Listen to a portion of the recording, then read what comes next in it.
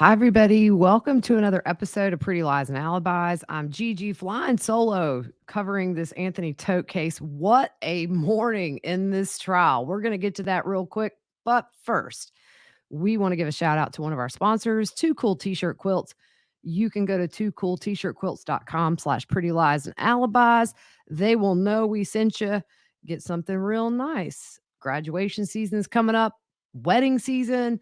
All right, let's talk about this trial. Holy moly. Okay, so if you've been watching today, and if you haven't, we ended the day yesterday with the detective on the stand. They played the entire confession video essentially that was recorded January 15th, which was the day that he was released from the hospital.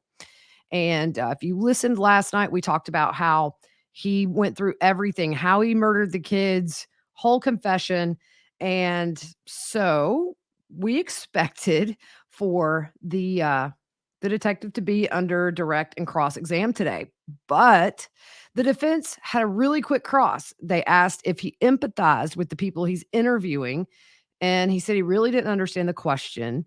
And she kept saying, "But you've went through training." I think that's just a tactic that police officers use or investigators use to make them feel, or to get the defendant to open up to them, feel like they can trust this investigator. Anyways, she also asked if he used the word strangulation to the medical examiner, and he said, "I'm sure suffocation came up, not sure about strangulation."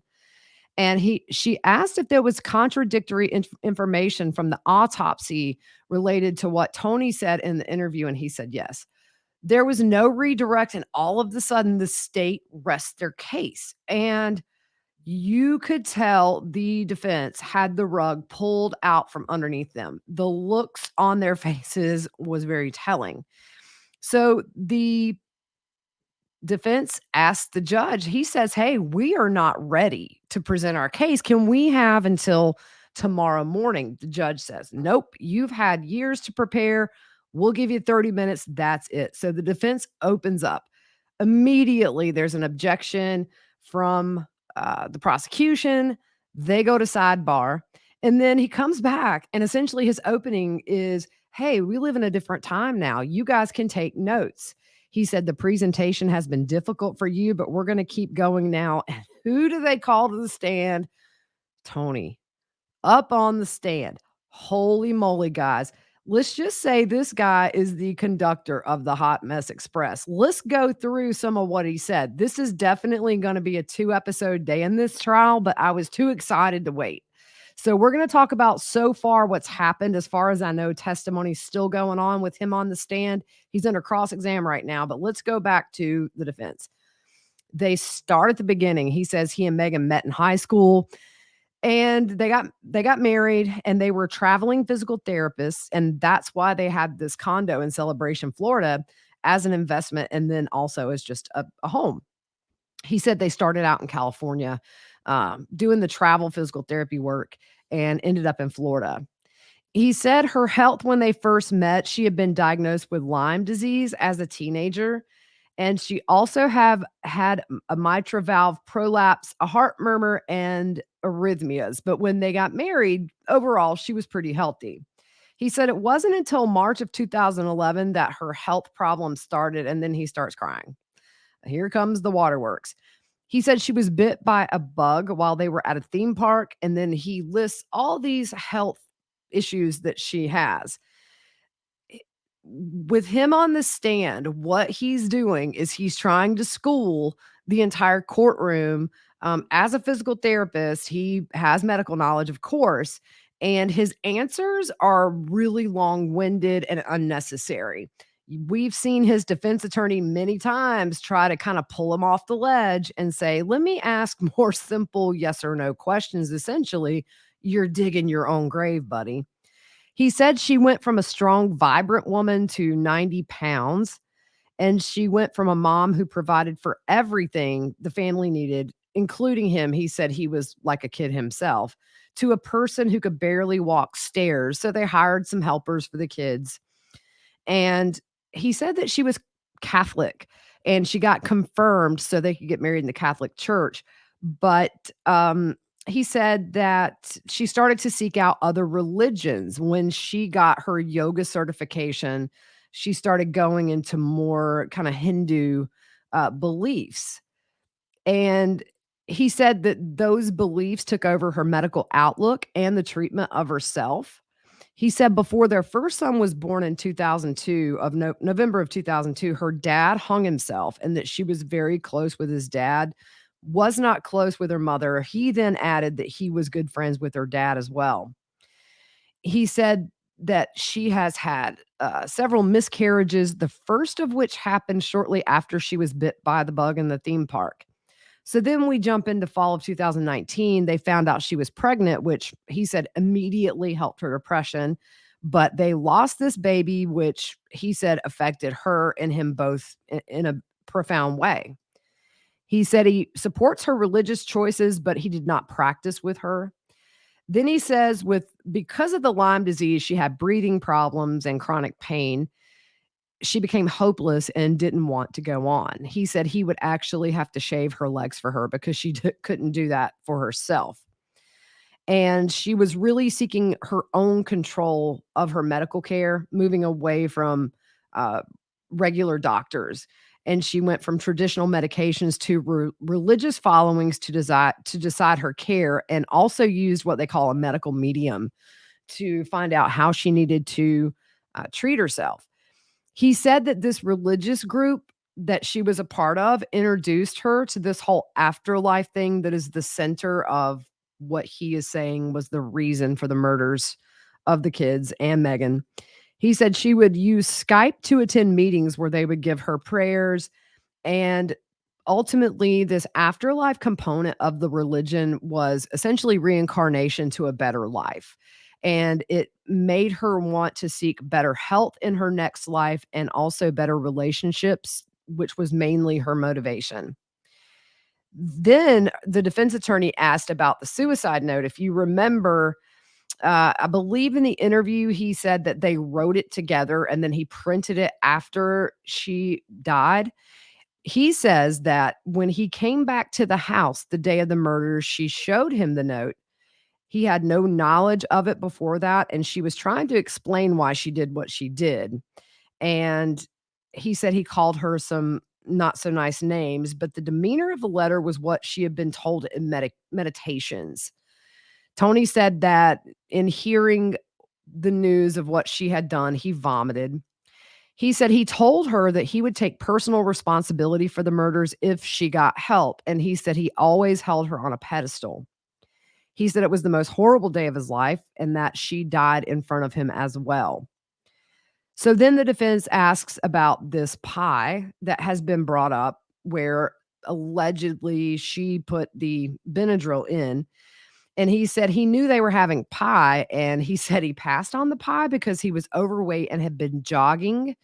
And he said he did see what he called a melted purple pie, and he saw that residue of this pie was on the kids' plates. He said he went upstairs and he said, "I'm sorry for being frank, but I had to pee." And Megan was at the top of the stairs. He said he noticed that the house was quiet, and that was very odd, having 3 kids. She brought him in the room, and he said he had been feeling nauseous and started puking. He said she had blood on her shirt, and after he said some words to her, and then he found the kids dead. So we move on to the confession video, the one we saw in full yesterday. He said ultimately he doesn't remember that day at all. The last thing he remembers is falling down the stairs, which he said fractured his neck. He says the next thing he knows, he's woken up in jail. He said yesterday was the first time he actually saw the video. He had gotten the transcript, I think he said in like July of 2020. He said throughout his relationship with Megan, he would take responsibility for her and protect her.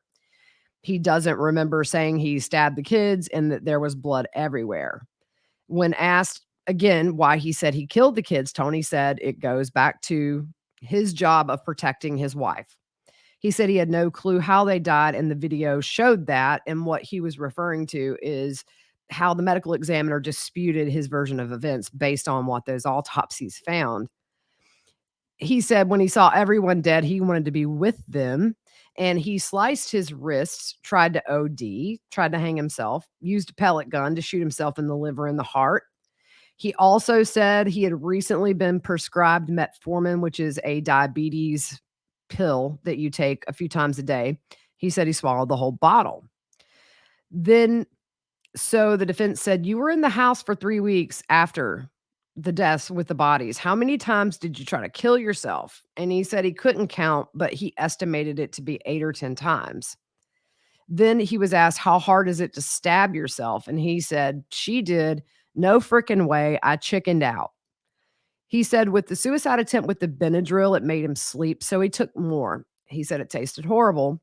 And he said he gave like a hand signal. He said that he prepared 5 large glasses of Benadryl and fell asleep before he was done drinking them.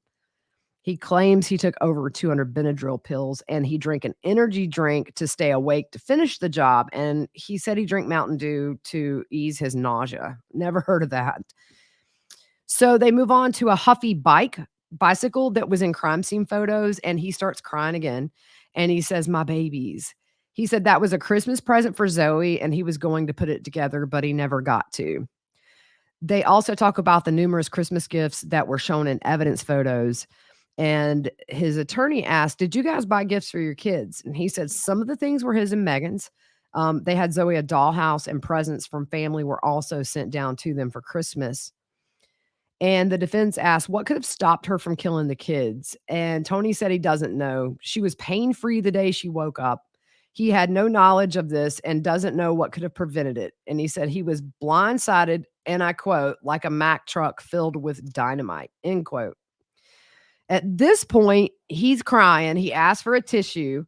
The defense asks him to collect himself, and then he asks if he can turn around and blow his nose while he's on the stand.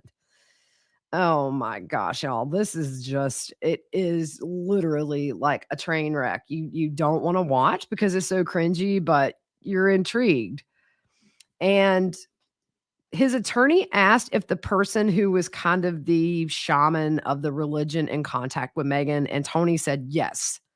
The defense asked if the religious leader said Megan had crossed over, and Tony said that they had told his sister that and that she had crossed over. And then Tony said, if she crossed over and is at peace, that's all I can hope for. So the last question the defense asked Tony is, did you kill your family? And he said no. So that was um the morning. It's been crazy. So this evening on part 2, we're gonna go through cross exam, which is going on right now. I don't have a whole lot yet. I'm a little bit behind. I've been trying to keep social media updated on this craziness. So I will be back with you at the end of testimony today. We're gonna wrap up what happened. Who knows what's up? I can't understand. Why did the prosecution arrest? They could have brought in so many other witnesses. I want to know about search histories. I want to know whether or not she was actually searching all this crazy religious stuff. Who knows? I doubt it. This guy is cocky. And I'm going to tell you, he is not doing himself any favors with this jury. I will tell you, as soon as cross exam started, he switched from sad to very hostile and things like that. Gonna throw a jury off. Terrible decision to put this guy on the stand. The one thing I do wonder is when the defense said that they were not ready to present their defense today, does that open a door later for Tony to claim ineffective counsel and ask for appeal the case? Who knows? Craziness, y'all. If you have a minute, hop on. Even if you can't watch all of it, it is certainly entertaining for a few minutes. Ultimately, just a sad case. The 3 babies and their mommy are murdered, dead. And so we'll see what happens the rest of the day, and we will see you guys soon.